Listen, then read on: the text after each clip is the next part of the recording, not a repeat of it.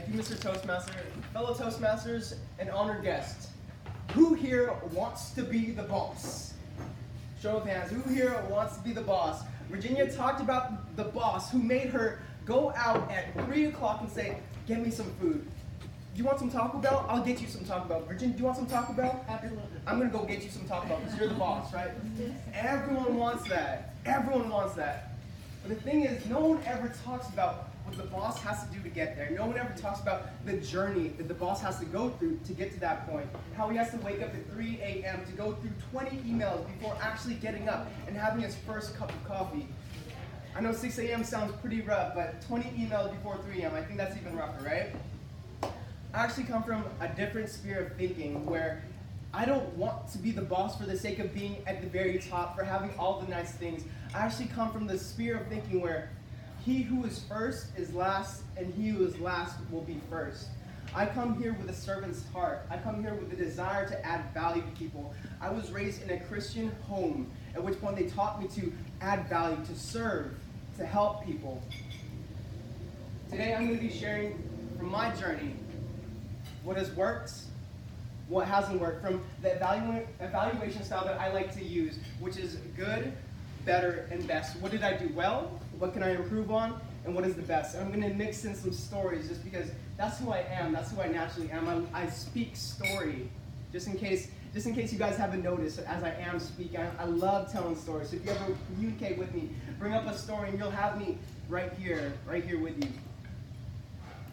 What I do well. What I do well is my ability to bring an energy to a room.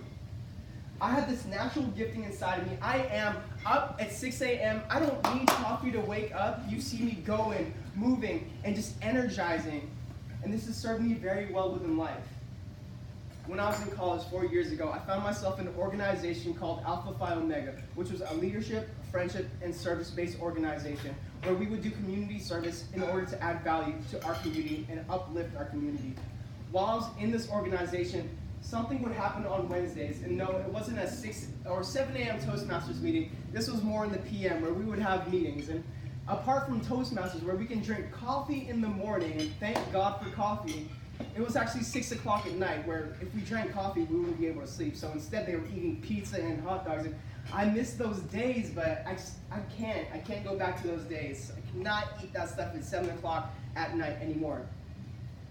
So at 6 o'clock at night, I would find everyone in this lull state where everyone would be giving their presentations. The people in the leadership positions would be giving their presentations, and they would operate in such a way where they would share their information, but they would do it in such a low way where when people actually listened to it, you could see that they started to go to sleep. If I had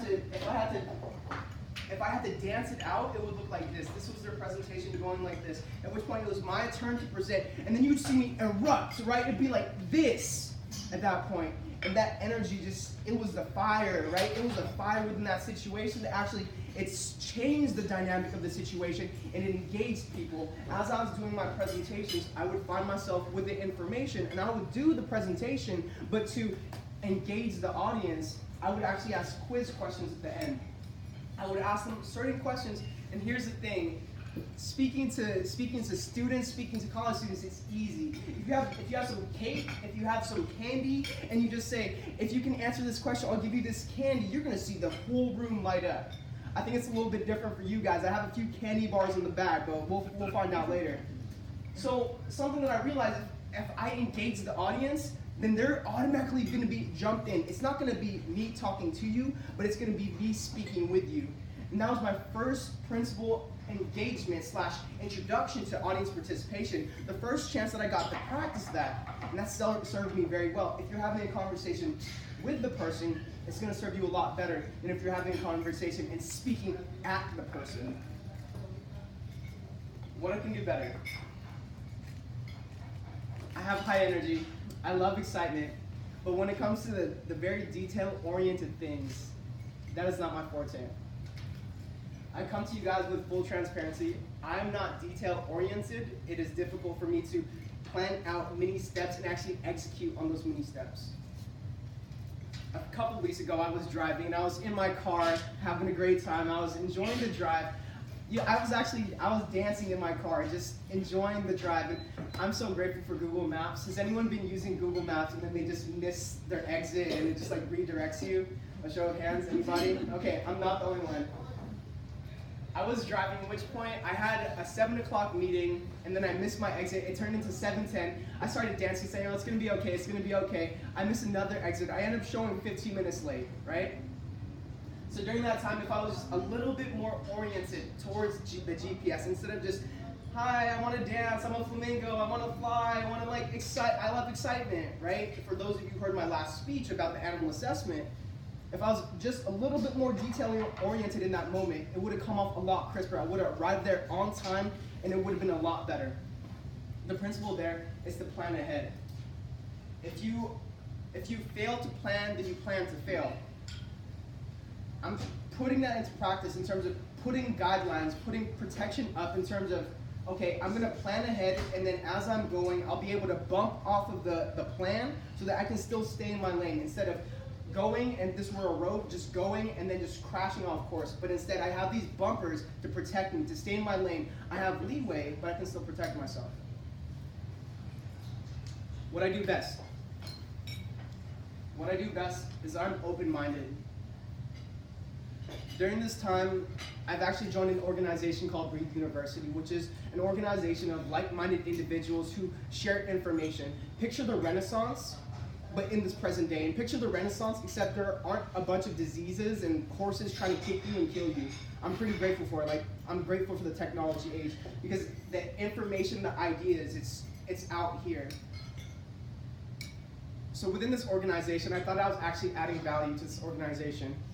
John Maxwell states in his book that there's 4 types of people. There's the people who add value, who multiply value, who take away value, and divide value.